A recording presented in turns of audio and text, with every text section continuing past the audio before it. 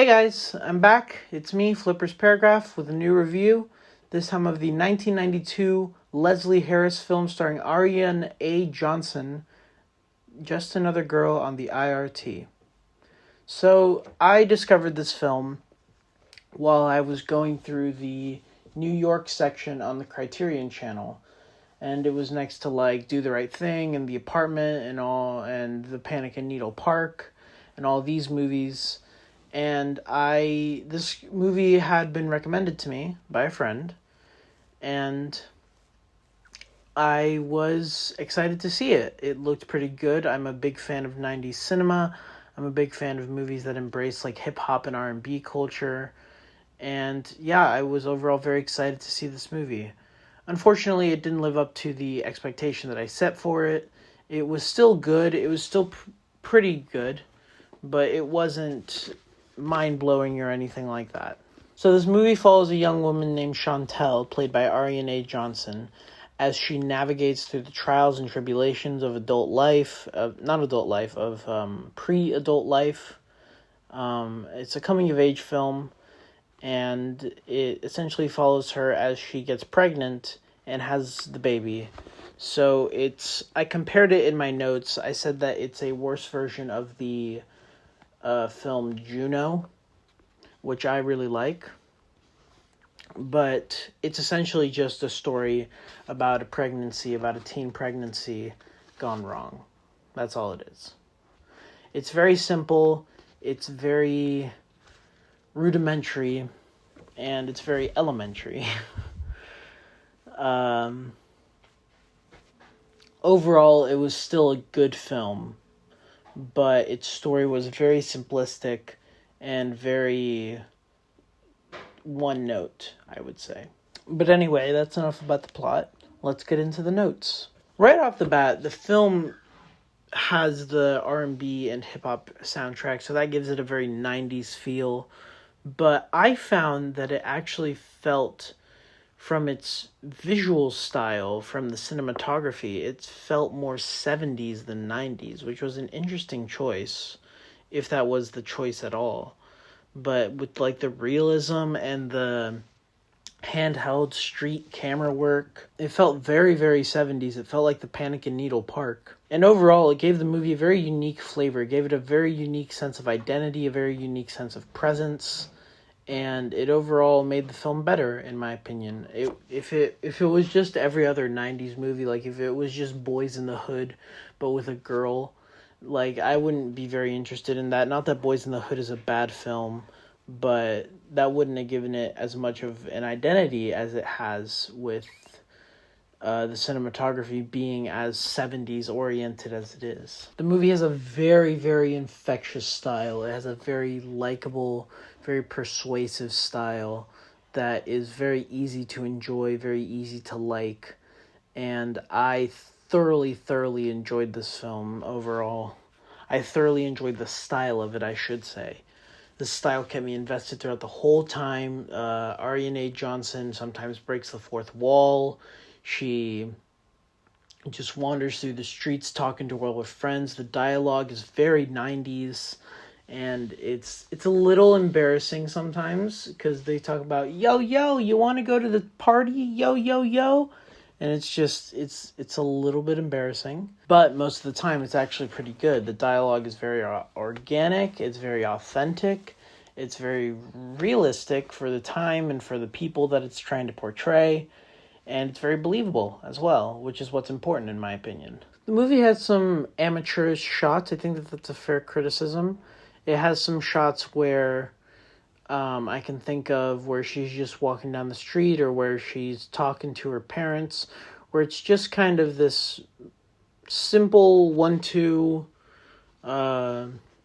back and forth, and it doesn't have a lot of personality, it doesn't have a lot of identity, it doesn't have a lot of that energy that I would have liked. Although that energy is kept up throughout most of the movie, it's just those few times where the shots get a little bit more amateurish that I would have preferred something a little bit more elegant, a little bit more professional, a little bit more enticing to the themes and the identity of the film. The movie also doesn't have a lot of story. It has a lot of scenes and ideas, but it has very, very little in the way of plot, which is something that I mentioned in my notes, that it would have worked better as a documentary. Not just because it has all this stylistic dialogue that's very realistic and grounded, but because some of the plot would have come naturally if it were if it were not a dialogue, if it were a documentary. So I feel like if it were a documentary, it would have helped things quite a bit. But overall, it being a narrative film gave it the opportunity to expand more creatively, and I wish it had expanded a little more, but overall, I think it does a fairly good job of being creative and being its own thing, while still maintaining its plot. Because its plot is very thin. It's just not a lot of plot. I don't know how else to put it. There isn't much story to tell. This film could have been a short, really. And it feels a little stretched, and it feels a little too long for what it is. And I'll talk about another film, I think a week from now or 2 weeks from now, where the film is really long, but the plot doesn't feel stretched. But this movie, the plot feels incredibly stretched. It feels stretched to the core, and the plot doesn't even really start until halfway through the movie. So the first half is just kind of wasting time. There's a lot of environments that aren't very believable. There's a lot of environments that aren't very well done, in my opinion. Like the school environment is not very believable. There's a lot of ineffective drama between her and her parents. But it gets better as the film progresses. Like I can think of like the giving birth scene is some incredibly effective drama. It has a lot of personality, has a lot of style, has a lot of its own merits projected out towards the front, if that makes sense. But the problem is with all this style, it's almost as though the style is to distract from the bigger problems of the film. Like the sound is pretty average. The cinematography, despite being very stylistic, is kind of average. The acting, aside from Ariyan A. Johnson, besides her, the acting is mostly average. The directing is somewhat average, but there's a lot of style, and there's a lot of other merits to the film that I say give it that above average feeling. Like Ariyan A. Johnson's performance is one of those things. She gives an incredible performance. She is so believable and so committed to the role and so immersed in her performance. It is incredible to watch. She is one of the best parts of the movie for sure. For sure. The dialogue is another great part. The soundtrack is another great part. There's a lot of great parts to this movie, but unfortunately there's a lot of average parts that also balance that out into like a pretty good but not great movie. There's a lot of effective scenes, especially the romance scenes, I find very effective and very useful and very well done. But there's a lot of scenes that I find to be unnecessary. Like there's a lot of conversation scenes that I find to be unnecessary. There's a lot of repeated information. Like the fact that she wants to be a doctor is repeated about 8 times, and it's really unnecessary, and it gets very tiring and very exhausting to watch.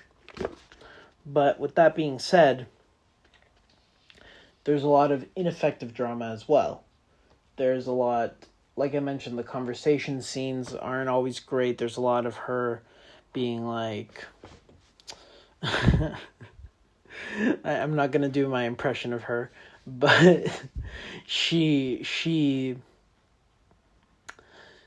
has a lot of scenes where she's talking to the camera and kind of complaining about her life, and it's not very poignant, it's not very personal. It doesn't feel as powerful as I think it was intended to feel.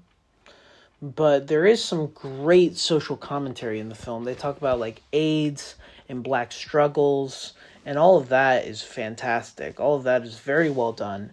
It's very well approached. It's very humble and very stylistically done. It's very cleverly done. Like, there's a conversation that's very memorable where these girls talk about having sex, and they're talking about doing it without a condom, and the girl's like, won't you get AIDS from that? And it's like, no, only gay people get AIDS. And it's like, it is truly reflective of these ideas of the time, and it's some very effective social commentary, because I think it works very, very well, and I think it's very effective, and it's one of the better parts of the film, in my opinion. Another thing about Johnson's performance is that it gets less charismatic and less empathetic as it goes on, which is partially due to the writing and less due to her acting, because her acting still stays consistently good throughout the film.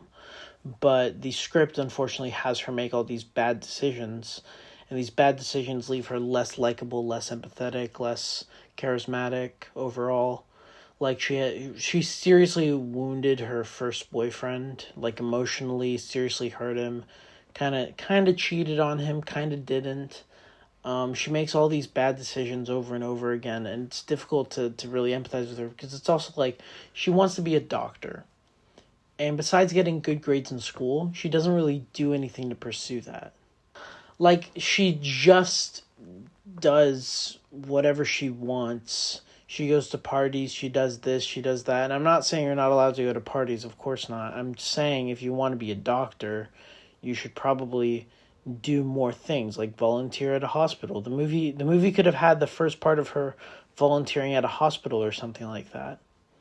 And I think that would have shown how badly she wants to be a doctor a little bit more, because I can't really connect with that goal of hers very well. And I think that comes down more to the writing than anything else. This review, I'm worried, is coming off a little bit more negative than I intended, because this film really is good. But there's a lot of very small details, and some rather big details as well, that are just a little off, or a little wrong, and could be improved with just a little bit of work. Like what I just mentioned about her going to a hospital, for example, and offering to volunteer. Even offering to volunteer would have shown that how badly she wants to be a doctor. Even if she doesn't get the job or whatever because of racism or whatever. That would have been a good plot point. Like, there's all these ways to fix the movie and make it like a 10 out of 10. But it's just lacking in some of those essential key areas, which would make it that good. The ending of the film, it's sweet, but it's also very abrupt. There's some fantastic editing towards the end of the scenes, towards the end of the film, and the end of every single scene usually has some better editing than the beginning of the scene for some reason. But towards the end of the film, the editing gets very good. The sound gets a lot better. The acting is superb. The cinematography is chaotic. And it's all this, like, well-done, handheld, shaky camera work. And it's very well done. It's very, very well done. And it's very impressive to watch. But the ending is a little abrupt. It's sweet. It's cheesy. It's a little cheesy. But it's really sweet and it's really poignant. But it's very abrupt. And I didn't like how abrupt it was, but overall, it was still a good ending. It was a fine ending. It was a well-crafted ending.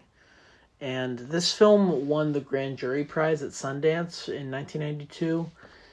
And I'm not sure if it deserved that, because 1992 had some really good movies, a la Reservoir Dogs, I think was 92. So overall, a very good film. There are some mistakes in the cinematography and the editing and the writing, but the acting is great throughout. The sound is pretty good throughout. The music is fantastic throughout. Fantastic. The editing gets really, really good towards the end. The cinematography gets really good towards the end. The ending itself is like a 90%. It's really, really fantastic. I am going to give this film a 74%. I would recommend this film to fans of New York City, fans of, if you like Boys in the Hood, if you like those kinds of movies. And I would say stick around for the ending. The ending is superb. But besides that, don't have super high expectations for the first hour and maybe 10 minutes. but the last 30 minutes is fantastic. So yeah, that's all I have to say about Just Another Girl on the I.R.T. It's a wonderful film. It's very cute. It's very likable. It's very charismatic. It's very empathetic, but don't have super high hopes for it. So that's it for me. Thank you all for coming, and bye-bye.